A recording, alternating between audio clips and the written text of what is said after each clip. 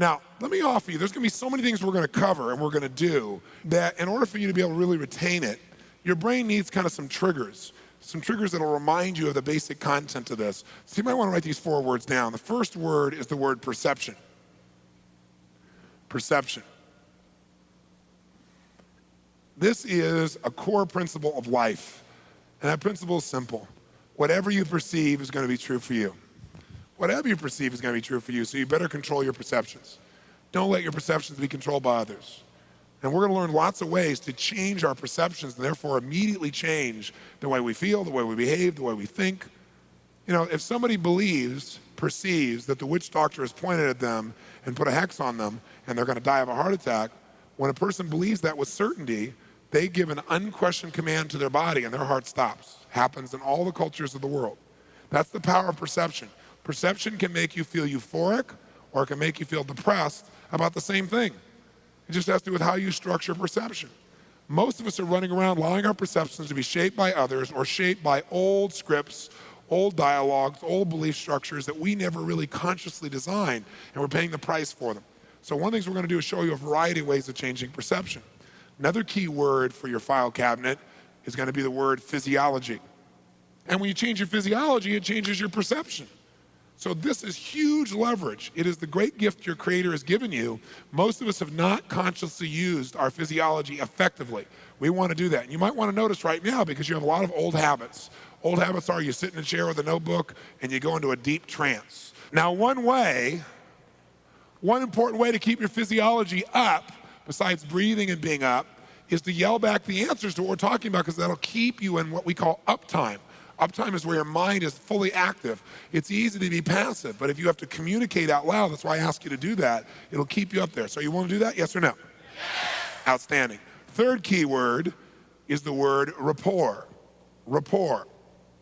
Rapport offers you a really simple distinction, and that is anything you want to achieve in your life, anything you want to learn, any skill you want to master, anything you want to see or do or experience or have. There's somebody else out there in the world who can help you do it more rapidly, more effectively, if they wanted to help you, that is. But no one's going to want to help you unless you first help them to get what they really want. You're never going to know what they really want unless you first develop a relationship of rapport, a relationship of total responsiveness with that person. So we're going to show you a variety of ways how to get rapport, all the way down to sitting next to a stranger and again, feeling what they're feeling without them even talking. And then lastly is the word strategy. Strategy. And a strategy is a consistent way to get a result. Once you know the strategy for something, you get the result again and again and again and again. It's no longer a question, can you get the result? You can do it at will, as often as you want. And there are all kinds of strategies. Most of our strategies are unconscious in nature. For example, if you've ever been feeling really creative and things are flowing through you, if that's happened more than once in your life, you have a strategy for being creative. Here's the problem, you don't know what it is. So hopefully the environment triggers you to feel that creativity. But once you know what the strategy is, you can get yourself creative on call in a millisecond for the rest of your life. In life, you're not competing with everybody. It's so much easier than that. So few people even know that have not even decided that they're going to win the game. And if you don't have enough reasons to follow through on it, nothing else is going to help you. And so this is a good metaphor because games are a reflection of life. The way you play a game very often is how you play life. Not absolutely, but very often what most of you do is you get in the game and you don't decide on what the outcome is and you start playing. Or you get in the game, you know the outcome, you don't decide to win. Well, it's not that important. Maybe life is. Maybe giving your all is what the important thing is, not whether you win or not. If you decide to win, you're going to have to give your all. Decide just to play, you don't have to. There's a strategy for most things in life. There's a way to really win in your relationships. There's a way to really win financially every time, long term. There's a way to win in any area if you know what the strategy is.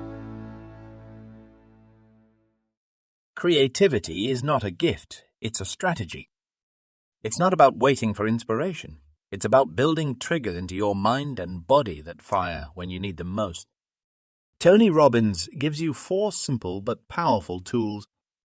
Master these, and you master your momentum. Because success isn't magic, it's mechanics. And when you learn to control your perceptions, command your energy, influence your world, and install strategies that work, you stop hoping. and you start creating results on demand.